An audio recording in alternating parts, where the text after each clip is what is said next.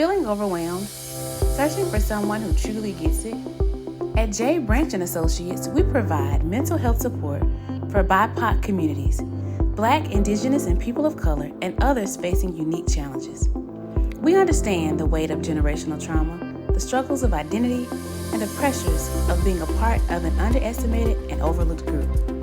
At J. Branch and Associates, therapy isn't a one-size-fits-all. We create a safe, culturally aware space where you can feel seen, heard, and understood. Finding a therapist who truly fits you matters, and that's exactly what we're here for. Our team of highly trained licensed therapists bring compassion, empathy, and real-world experience to help you on your journey to healing and growth. We're committed to helping you become the best version of yourself. Ready to take the next step? Visit us at www.drjbranch.com for more information, or call or text 404-436-2540 to schedule your free 15-minute consultation. You can also book your first session today. Thank you for choosing J. Branch and Associates, therapists of color providing exceptional care to BIPOC communities, quality service, exceptional care from authentic professionals. Three parallels. Yeah. Three parallels. Yeah. Three parallels. Three Parallel Podcast. Come take this walk with me. Hello. Good afternoon, good morning, good evening, good day, good people. This episode will be life-changing. I'm letting y'all know now, okay? All the listeners right now, you tuned in at a perfect time because I don't believe in coincidences. There's a reason that you're listening to this right now, and this guest today is going to bust you upside your head. I'm telling you, he going to hit you in the head with a honey bun. So what I mean by hit you in the head with a honey bun is going to be so much information that's so rich, it's so sweet, it's so nice, but it's also assault because it's going to hit you so hard because it's so true. The facts behind it, the story. This man, Dr. James Lyons, is now a friend of mine. He's an uncle, and he don't even know it yet because I met this man virtually, and he shared his story, and I connected to so many things that he shared, and it was just amazing seeing a Black male to the level that he is and his humility to come back and pull up. It was a moment. He shared his story. He just put a book out recently, and his story, I immediately hopped on Amazon, got me a copy of the book, just based off of the pieces of the story that he shared. So I was thinking, how can I get this man on the show? And it all came together. I got some contact information. His people called my people, and here we are. So I want to bless you all. I want to give you a gift to a man who has made waves in higher education, in academia, in life, in the world. And I have the pleasure of having him on this show. Ladies and gentlemen, please welcome the Dr. James Lyons. Welcome to the show. Thank you. Thank you very much, Dr. Branch. I appreciate your invitation to be on the show. Absolutely. So let's dive in because we ain't got a lot of time and you got a lot to share. So how did we get here? Like the book and your story and your journey. Tell us the story. Well, I respond to that question by saying one way, and the practical way that we got here to talk about a book was that my wife insisted during COVID that I sit down and write. We talked about it over the years, and I said, yeah, I'll get to it. During COVID, she said, look, the only place you're going is the pharmacy and the supermarket. You can't go to the club. You can't go to the ball games. Your church is online. So you can sit down and write. And I said, oh, I've run out of excuses. Wow. And I will do that. So I sat down during COVID and said, let me get this out. Let me get it off my chest. Let me talk about growing up in the projects. Let me talk about 6 presidencies. Let me just write and get it out. Yeah. And that's what I did. No targeted audience at that point. But let me write it and get it out. And I just sat down and wrote and wrote and wrote. And at one point, I thought about going the self-publishing route, but I decided to send it out to the University Press of Mississippi. And of course, they were very interested in it because I spent time in Mississippi at Jackson State University. Mm, So for them, it was having a former president of Jackson State publish with them. So it mm, was kind of a natural, even though I had to go through a lengthy process yeah. that writers have with their manuscript and sending it out to people to review it. And Hmm. but I went through it and it worked out. Yeah. And so I'm happy to share the story that you know I had some reluctance at first Hmm. because I really didn't believe that there was still a group of folk out there who needed to hear that you can grow up in the projects, you can go to school without any clothes and wait for your mother to bring you some clothes. You can do that and still succeed in life. And I didn't think that, nobody wants to hear that foolishness. But what has been interesting is the number of people who have read the book and looked at it and said, I'm glad you told the story because there's still a lot of people out there who need to hear that. Absolutely. When I talk to high school principals, when I talk to pastors of churches with a lot of young people in it, when I talk to guidance counselors and so forth, all of them have said to me, there are still young people in our school, in my church, etc., who need to hear that you don't have to be limited by your circumstances. That if Mm, Lyons could grow up, uh, excited that he moved to the projects because the tenement was so bad that the mm. projects looked like he was moving to Beverly Hills, if he could grow up in that situation and still go on and accomplish some of the things that he has accomplished, you can do it. And Mm, so I said, there must be that population out there because I'm being told that. yes. So when pastors decide, I'm going to buy books, want a copy of your book for every young man in my church, or a high school principal said, I'm looking for some funding because I want to buy the book for the graduation class of 2025 and stuff like that. I Hmm. said, wow, I guess there are young people out there. And on the other end, I have gone and talked to some graduate students, PhD students, who really got into the book Mm, because they wanted to know what is it really like, hmm. if I've got children and I become a president, what can I expect? I said, man, we don't have enough time for me to tell you about that one, man.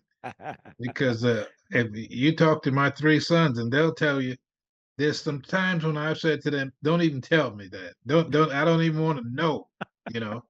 I met a young man, um, and I don't recall where, but we talked. Maybe he was traveling somewhere, and this young man said, "Well, Dr. Lyons, I really enjoyed sitting behind your desk with my feet up on your desk." I Mm. said, "Your feet up on my desk, man?" He said, "Yeah, whenever you and Mrs. Lyons were out of town, your sons invited us over. And one of the things I enjoyed doing was sitting behind your desk with my feet up.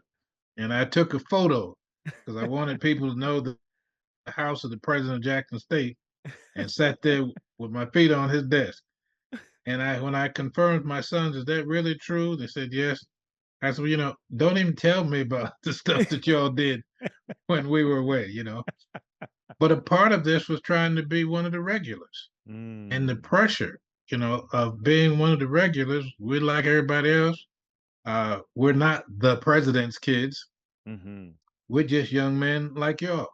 Yeah. And so you can get pulled into that uh, as the child of a university president.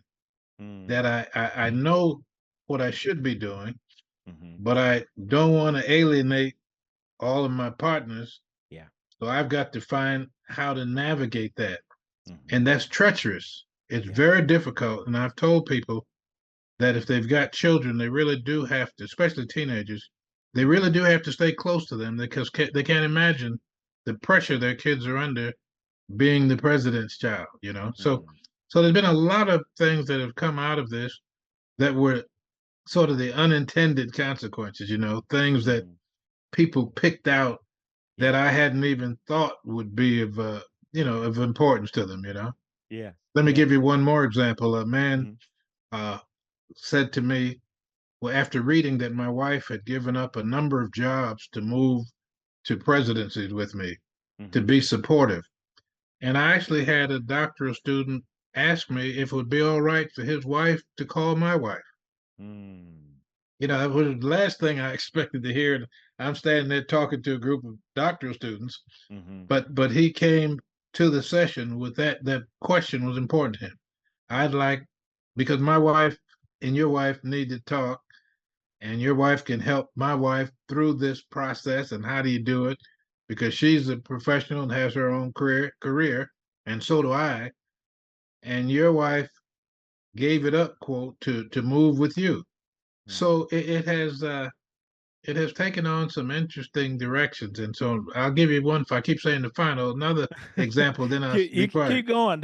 So Uh, real quick, because the one, listeners, real quick, the listeners, like your stories. I know this is just your norm. You're sharing. I don't know if you understand the impact of your stories because there's so many generations that you're speaking to that can relate to exactly what you're talking about. So that's why we're here. We want to hear the stories. People want to know yeah, the stories because we often don't get the behind the scenes. Like this is the first time I've ever known of someone who's a college president of 6 universities. I've never heard of that before in my life. Not right, just right, one, a black male, not just yeah, one institution, but 6. So for me, and I'm sure the listeners, I'm giddy about this. I'm excited about it because you're willing to share your truth. And there's a lot of people in your position or similar that's not willing to be honest, vulnerable, authentic, and share their truth. So we welcome it, especially on this show. And I thank you for it. So share as much as you want. We yeah. got time. Well, it's been interesting. One of the more interesting revelations came from granddaughters after she read the book because her father wanted her to read the book. And she said to me, "Granddaddy, it's like I don't even know who you are." And I said, well, "Baby, what do you mean?" She said, "Because she's 17." She said,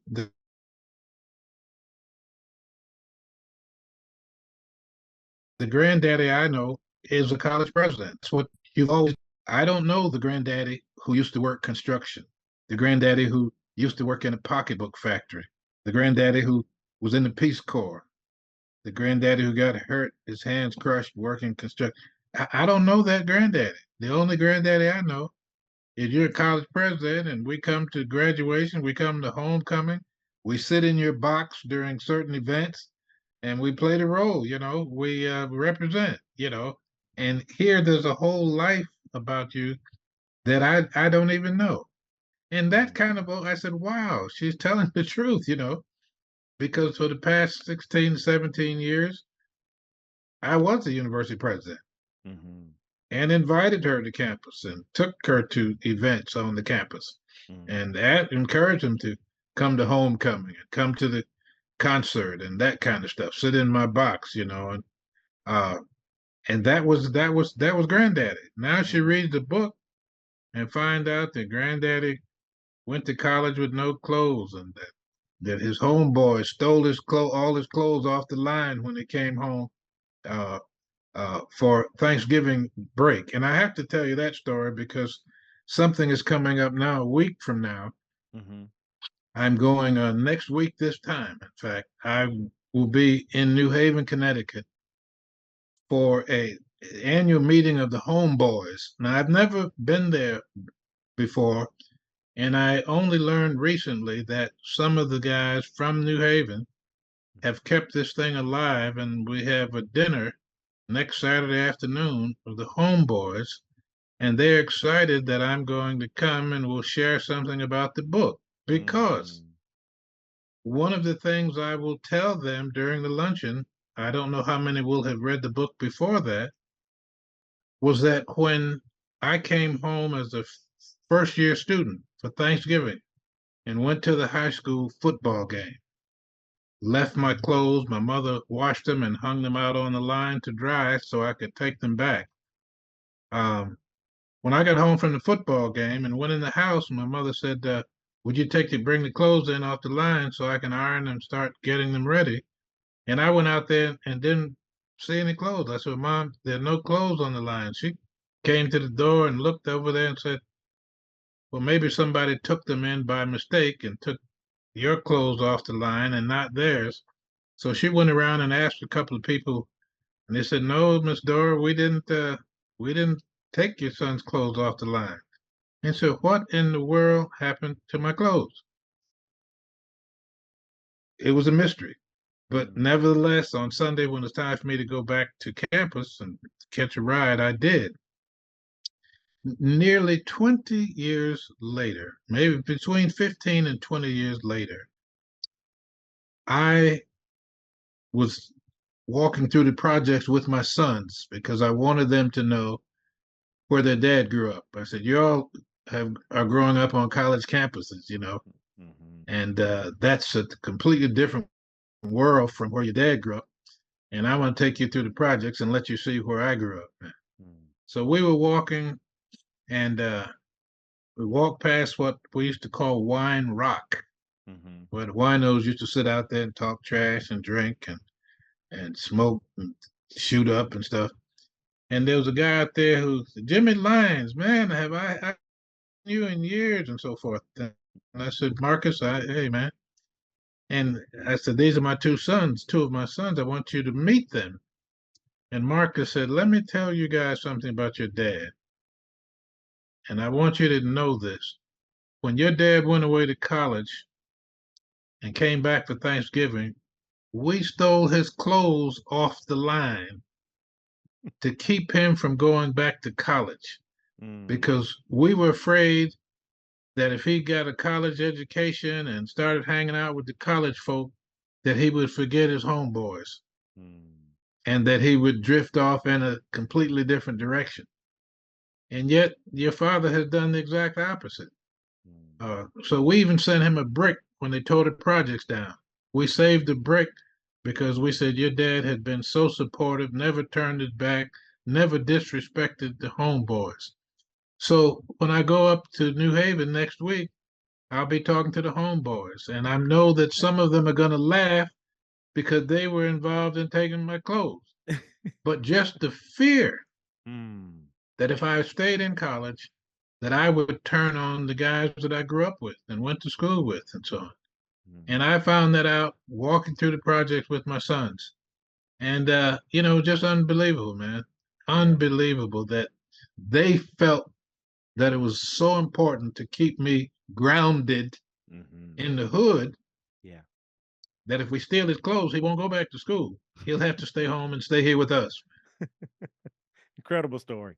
Incredible story. Thank you for sharing it. This is just one of the many stories that's in the book, and that's what makes the book so enlightening and enriching. And I'm curious, with you sharing your truth and your vulnerability, what gave you that courage to share it, and especially the historical perspective about your mom working for a woman, and they were a little well to do, and then migrating. Like, could you share a little bit more about with us about your origin story?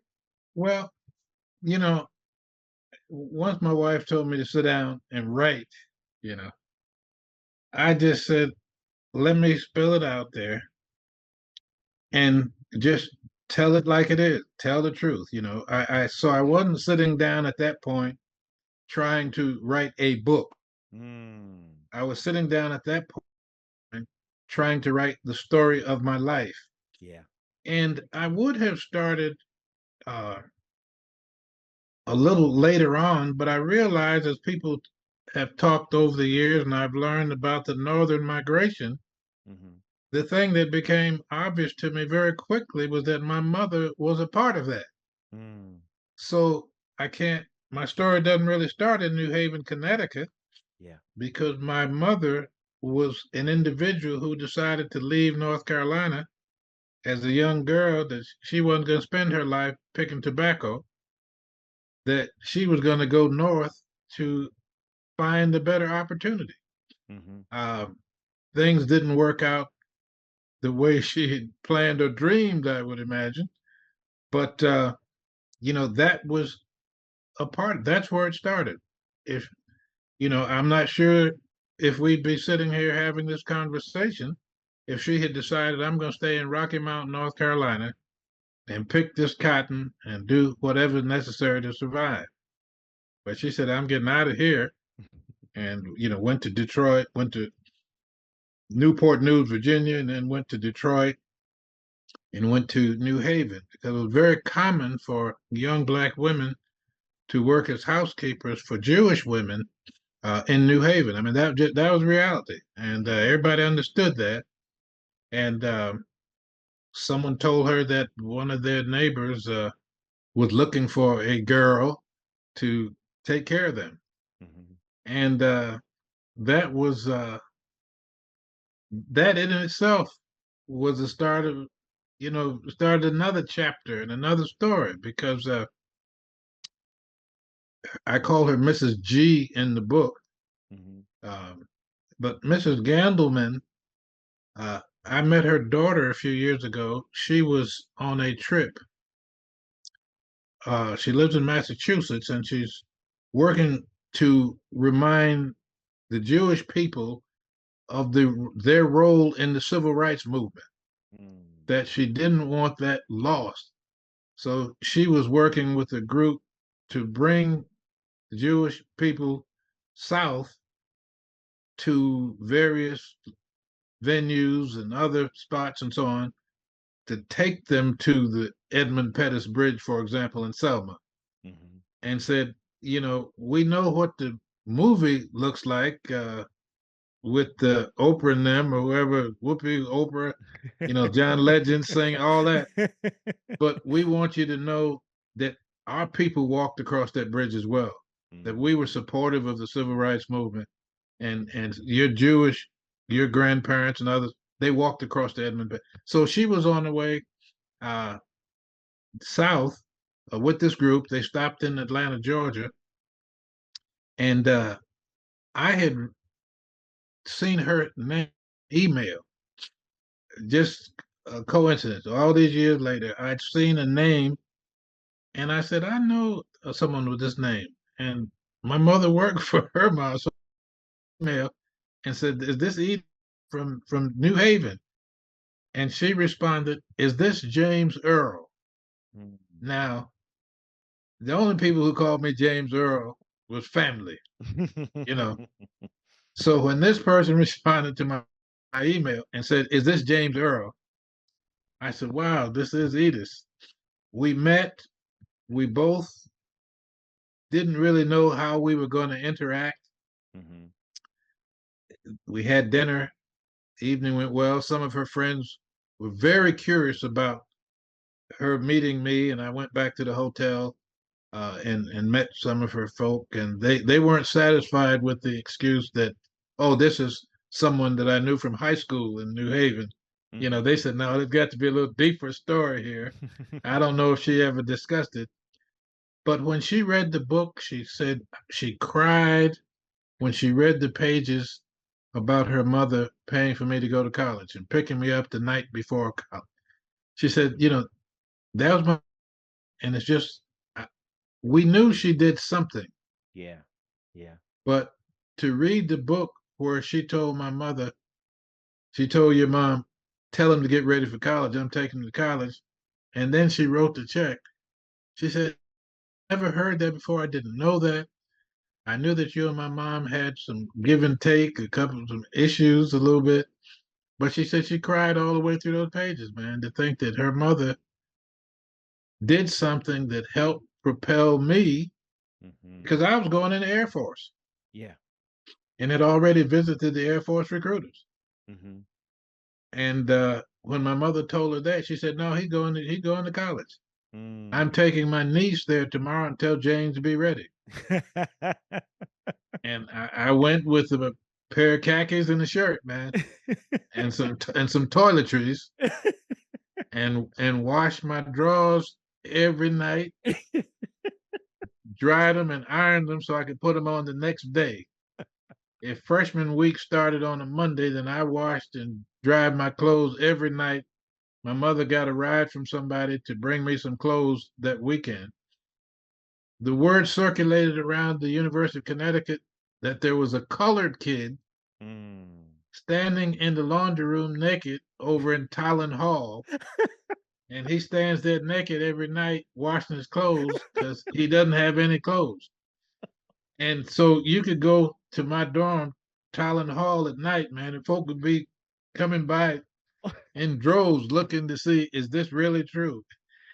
And Doc, what was even funnier was I was sitting in a class, and a white guy sitting beside me leaned over to me and said, "Did you hear that there's a colored kid who stands there naked every night, washing and drying his?" I said, "Really?" I said, "Yeah, man. Everybody's just all over the campus now." I said, "And that's what you heard?" He said, "Yes." I said, "He really stands there naked?" "Yeah, man. He stands there naked and puts all his clothes in the washer, then takes them all out." I said, "He doesn't even have a towel around him or anything, man." He said, "Oh, man, it's all over the campus now. Folk are going to Talon Hall to see if this is really true." That is So, hilarious. you That know, is so, hilarious. but my point is that same person who stood there and washed and dried his clothes each night, waiting for the weekend so his mother could bring him some clothes, is the same person who completed 6 presidencies. Mm, And so, I have to be honest. mhm, I didn't start this whole thing at Bowie State University in Maryland mhm, when I accepted the presidency at age 39. Yes, that was the first presidency, mhm, but this is the same guy who, uh, whose homeboys took his clothes off the line to keep him from going back to college, who almost went into the United States Air Force, but for Mrs. Gandelman coming on. And I wrestled with whether I was going to reach out to her daughter. mhm. Um, we know that there's a movie called The Help, Yeah. and I remember seeing that movie. And there was a close knit relationship between in many cases the mother who worked there and her family. Mhm, And so when when Mrs. Gandelman said, uh, "Is James going to college? How's he getting up there?" Because she knew my mother didn't have a car. And mhm, when my mother asked her, "Lillian, do you think you've paid me the past 20 years for me to save money for my child to go to college?" mm. As her own daughter said, a light had to have come on. Yeah. And we don't know what turned that light on. Mhm, She was Jewish, but I want to say the Lord touched her mm. and touched her heart. And she said, "Wow, that's the truth." Yeah. Because I've given her cash every Friday for the Mm, past 20 years. And mhm. I know I haven't given her enough to save for him to go to college. Yeah. And I want to believe that the Lord touched her heart Mm. and she did the right thing. Wow. Wow. Incredible. So that guy standing in the laundry room that became eventually, and I love the parallels. I love that's Yeah. why the show is about the three parallels. You shared who you were and who you became. That connection between being a college student who was ready to go to the military, but decided, okay, college is the way. How did you make that transition from being a college student to growing into your profession in academia and becoming a president? What was that journey like? Well, I'd always seen the value of college. And I think as we talked about, what do you communicate to young people? One of the things is to, hold on to your dream. And I don't mean the impossible dream, as the song says. I'm talking about hold on to your dream, a goal that you have. And as a young person growing up, not knowing anything about institutional racism or all of that, uh, racism, period, I just thought that we fought each other because we just didn't like each other. Whether Mm, the Italians were on one side of New Haven, on one side of Yale. Yale University was in the middle. hmm. The Italians were on one side, African Americans were on another side, and the Jews were on another side of town. And we didn't cross very often. Hmm. Yeah. And so I had a lot of Jewish friends in middle school, and what dawned on me was that they were talking about college when we were in the 8th grade. Mm, And some of them had already decided, I'm applying to Syracuse, I'm applying to such and such place. And I'm saying, wow, we had begun this kind of conversation in my neighborhood. yeah. why are these young people? And then when I visited their homes, I innocently associated what they had Mhm. compared to what I had with an education. Mm. That was, I was 13, 15, and Yeah. what I'm saying is the only explanation I really have between where they live and what they seem to have and where I live and what I seem to have is an education because Mm. they're already in junior high school picking up their college. And here I am in the hood, we're not talking about it. Yeah. So Mhm. I always felt that an education was important.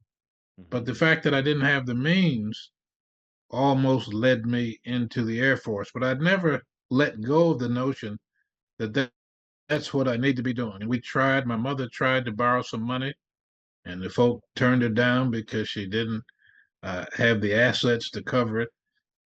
And I almost acted the fool in the bank, which could have messed me up, man. I'm saying, but y'all knew she didn't have applied for the loan. Why put us through all of this and got us excited about the possibility and call us to the bank and we're thinking that you're gonna give us some money so I can go to school, and you say, well, she doesn't have any collateral. I Mm. said, well, we knew that, you know, and but I didn't act crazy, man. But I felt like it and was ready to, because Mm. I just thought that was so unfair to publicize in the newspaper. Come get a college loan. Come, you Mhm. don't have to be denied this opportunity to come to our bank and get a loan. Mhm. And then we do that, and then you're going to talk about how much collateral my mother had. Now, Yeah. what kind of collateral? Living in the projects, man, and stuff. So, but anyway, so I'd never lost the idea and the understanding that college was important. Mhm. So, from that night to the next morning, I mean, it really was not a major shift because college was where I thought should have been. College Mhm. was where I wanted to be.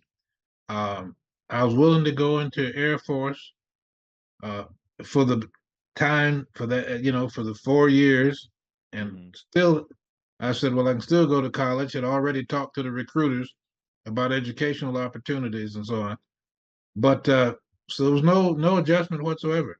Yeah. Mm. Mm. So, did you know, like, being a college student, and what year was that? Also, and knowing being a college student, like, I know I want to become a college president, or No, what was that spark that hit you of, okay, I yeah, think I want to go in this direction. well, that was 1961. I didn't go through life with any desire to go to college. I mean, Mm. no desire to be a president.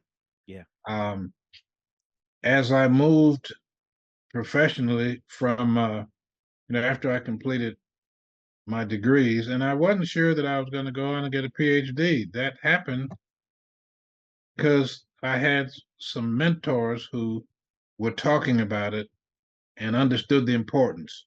Mhm. And so one of the things I tell people as I look back over my life, as the song goes, Mm. um, the importance of mentorship cannot be understated, man. That is critical to have both at the formal type mentors and the more informal type mentors who took an interest in what you were doing and thought that you had promise. So, from the high school Spanish and French teacher who just couldn't understand why this young African American student who runs track and is doing all the other stuff that young black men are doing in this high school, but why so interested in foreign languages.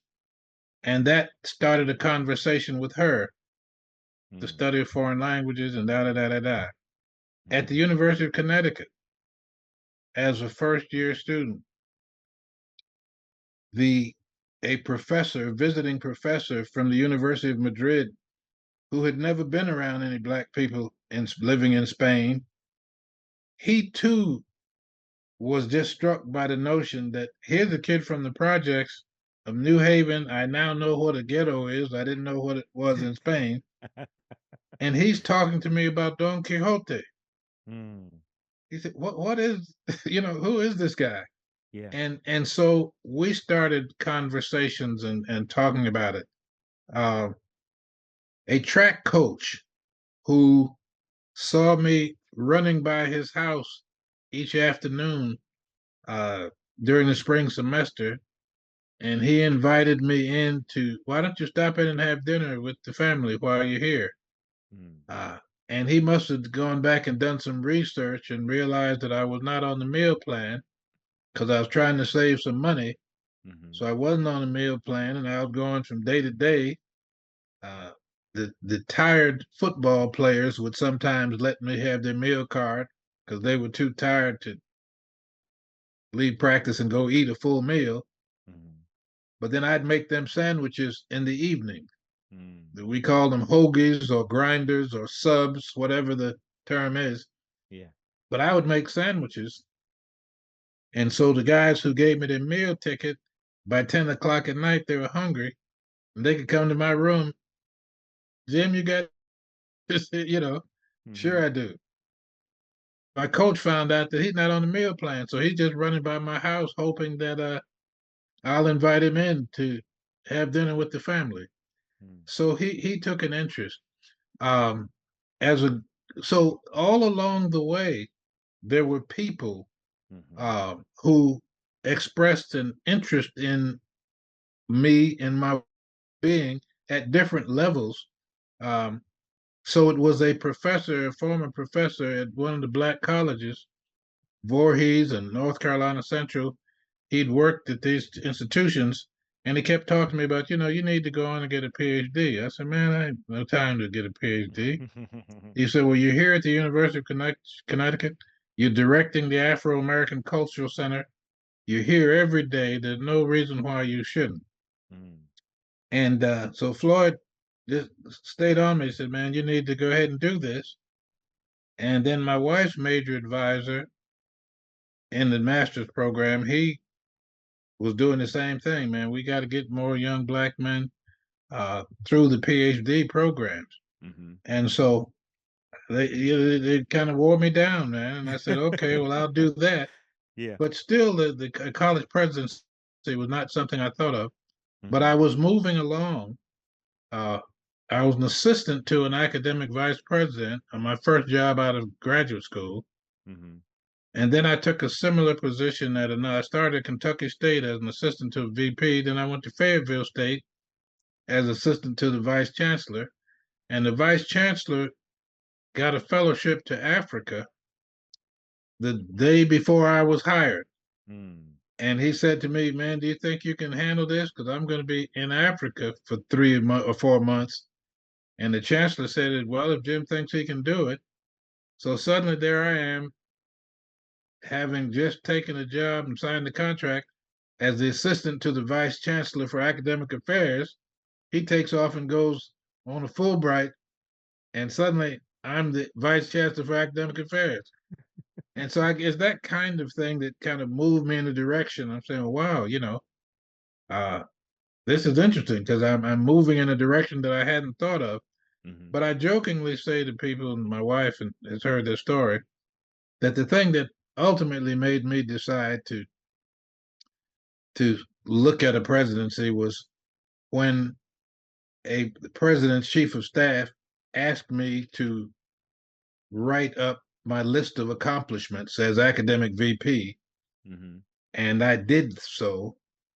And a month later, I was sitting in an awards program where they're honoring the president, and I was sitting at his table, and I looked at the program, and there was my stuff, the whole page, Mm. under his accomplishments as president of the university, and some of the highlights of his career and his accomplishments. He'd been there a long time, done a lot of great things, but his chief of staff took my stuff verbatim Mm. and put it in there. Yeah. And I'm saying, wait a minute. Um, how do you take my stuff? And is this going to happen? And if this is worthy of honor, etc., then maybe I need to look at being a president. Maybe I Mm. really need to consider then Yeah. moving up. But I was very comfortable as an academic VP, did have some successes, and enjoyed it. But literally, when I program and saw my stuff verbatim Yeah. as it was sent to her, I Mm-hmm. said, "Wow, man!" So and what the light that came on was, so as long as I'm an academic VP, Uh-huh. the president will get the credit, and that's fine. That's Mm. the way it should be. I had no problem with that. Mm-hmm. And I've learned subsequent to that, when you're president and you leave and go somewhere else, and the next person who follows you cuts the ribbon on the building and has his name, on the wall, Mm-hmm. and it's something you started when you did a new long range plan. Yeah. But then when you went someplace else, you picked up some stuff. So, Gotcha. I said, well, that's the way it goes in Mm-hmm. higher ed. Yeah. And but at age 39, I accepted the presidency of Bowie State University, Mm-hmm. and that fact, that my first presidency starting at age 39, convinced me that there would be life after presidency in my case. Mm. I So, said, it's pretty unlikely that I'm going to remain the president or stay in this one job from age 39 to 69. mm-hmm. And so uh, that, because I've talked to some people who have asked when they read the book, and how long did you plan to stay? Did you ever plan to stay someplace for the rest of your career, etc.? And I Mm-hmm. said, no, because of how old I was when I started. Yeah. And I just said, for me, there has to be a life after presidency. But Gotcha. I want to come back to when I talk about mentors, Mm-hmm. because one of the most interesting things that I experienced as I was moving through life was the wino that used to recite a poem to us every day that we would buy wine for him. Mm-hmm. And I mentioned him. His name is Get Out the Car. Mm-hmm. And I mentioned him and have mentioned him over the years, so much so that I've got somebody, a pastor, who is scheduled to meet with me because our local UPS guy has mentioned Get Out the Car poem so many times. Mm. At one point, and this is the truth, when I finished giving a commencement the following week in my office, my secretary finally said to me, "What was the poem that you mentioned at commencement?" Yeah. Because we have had a dozen calls from people Mm. saying they want Get Out the Car's poem, his verse. And I'm saying, are you serious? And Mm. that happened the whole time. And the Yeah. point I make to people is, my mother and grandmother wanted us to leave this wino alone. But the point that was important, and when I talk about mentorship, he told us that he was a college graduate, that he came on hard times, problems with women and problems with alcohol. I'm sitting out here on the street now, and I don't want any of you young fellas to meet the same fate that I have. Mm.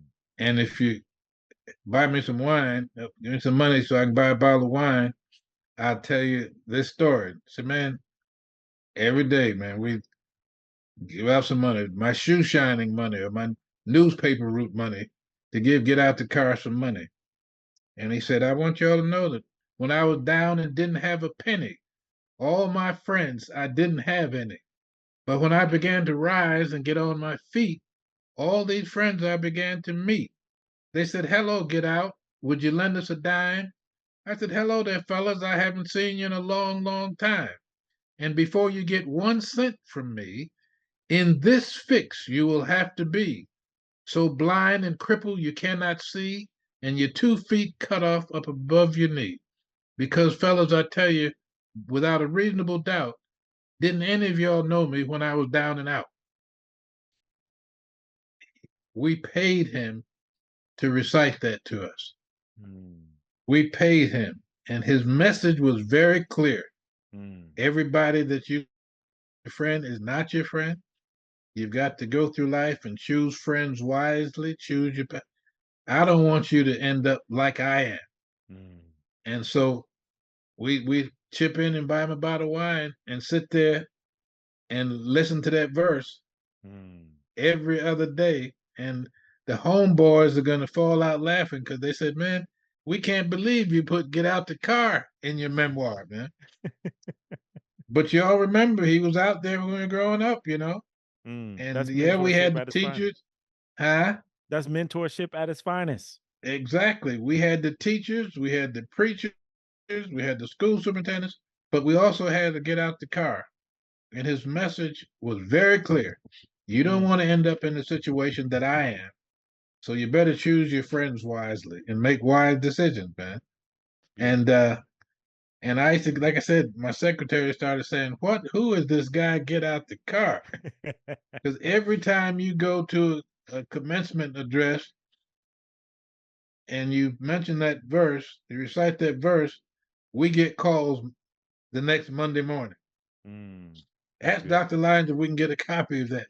I thought they wanted my speech, man. They want to get out the car, you know? They wanted to quote. They wanted the world That's famous right. quote. And now to the listeners, I hope y'all got y'all scales journal out, writing the things that's being shared. That quote is, it sounds like a life-changing experience. And hearing it over and over again, you exemplified it. You lived it. You live it.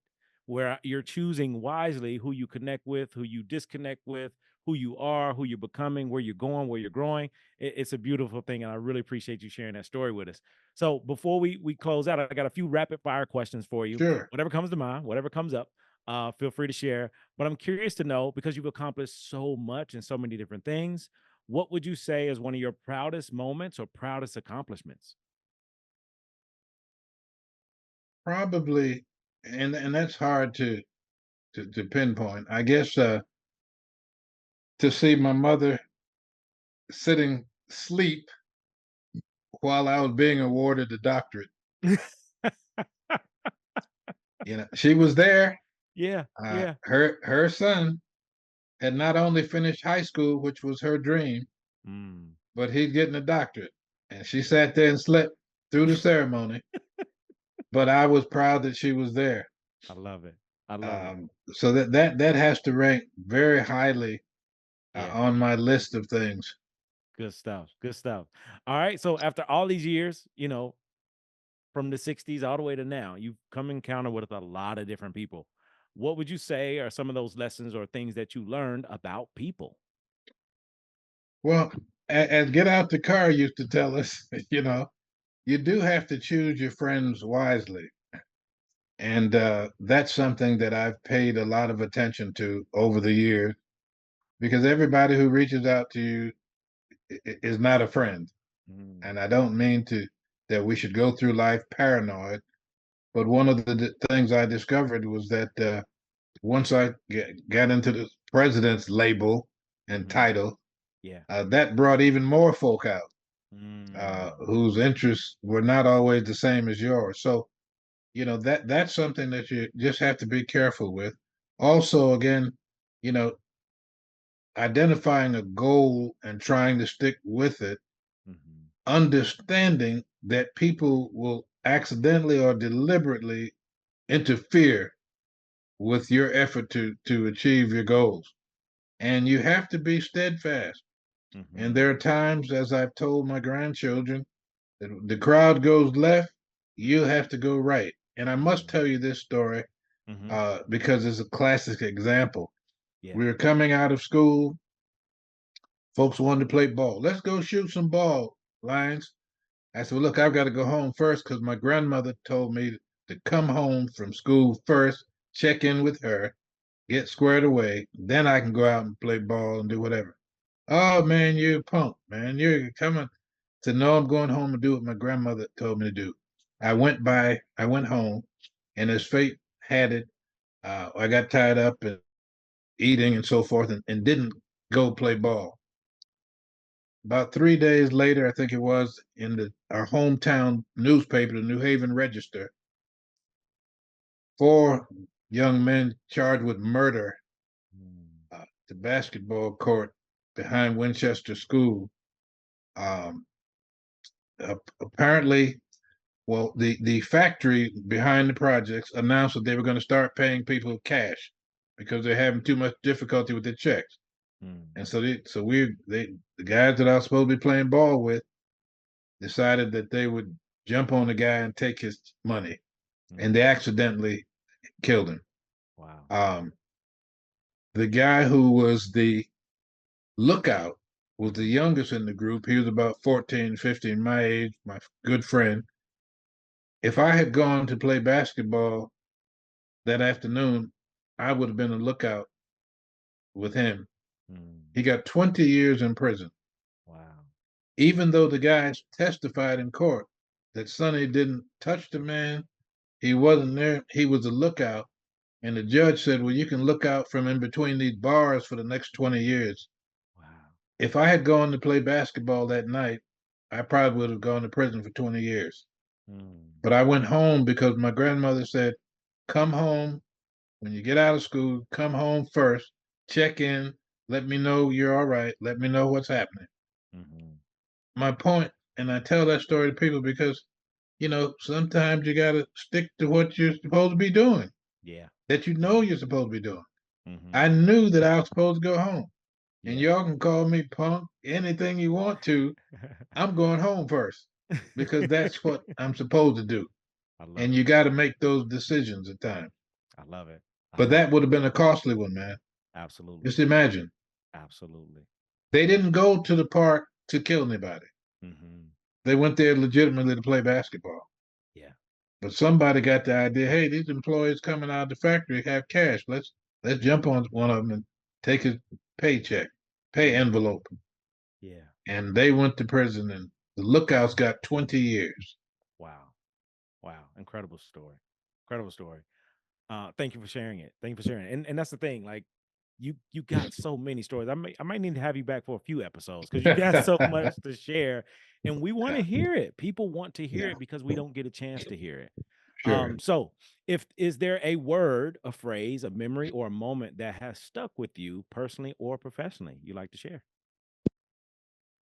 A word or a phrase, you know, I guess the phrase would be that I feel that I've been blessed.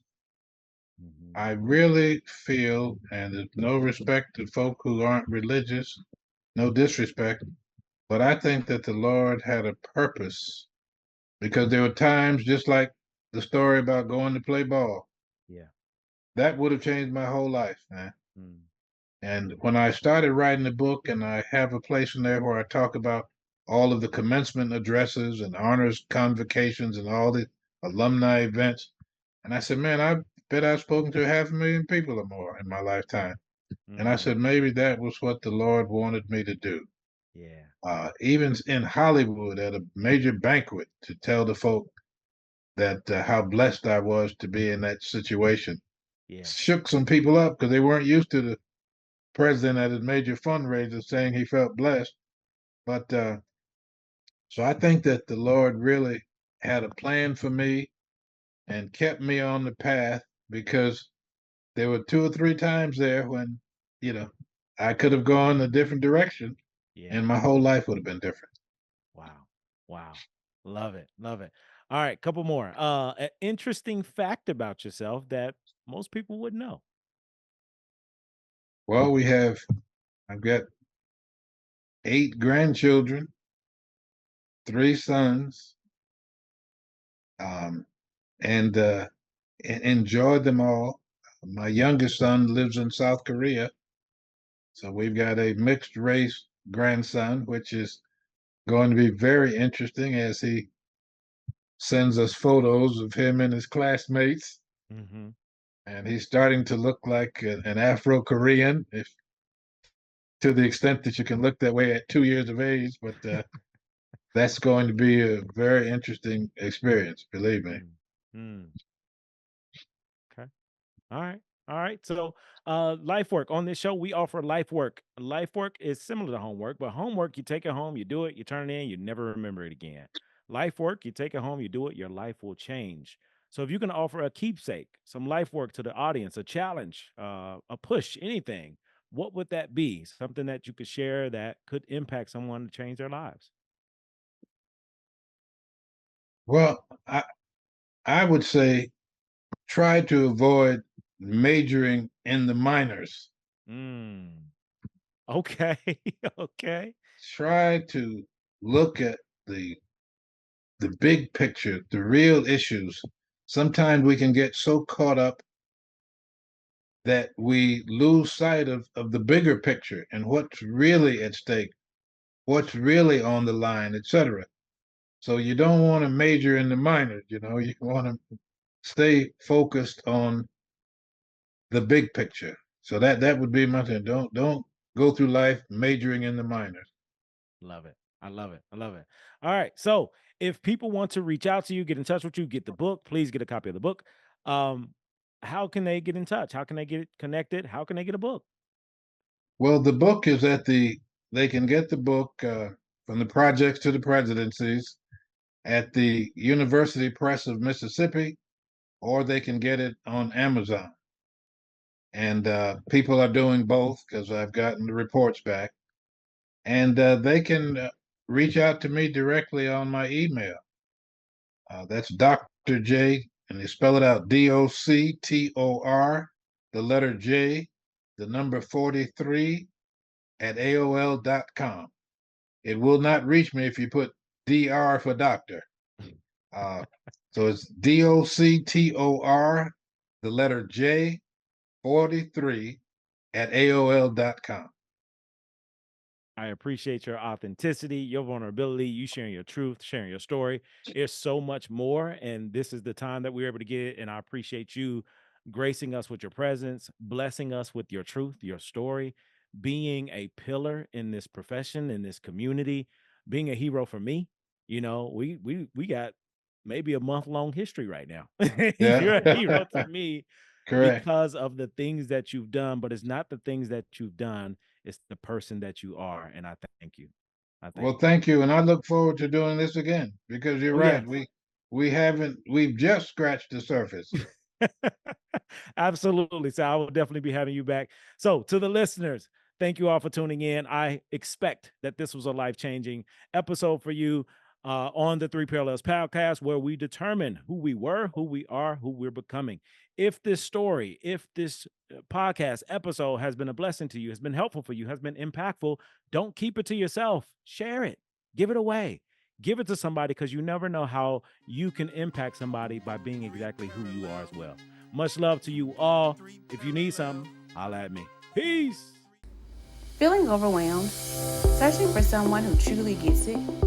At J. Branch and Associates, we provide mental health support for BIPOC communities, Black, Indigenous, and people of color, and others facing unique challenges.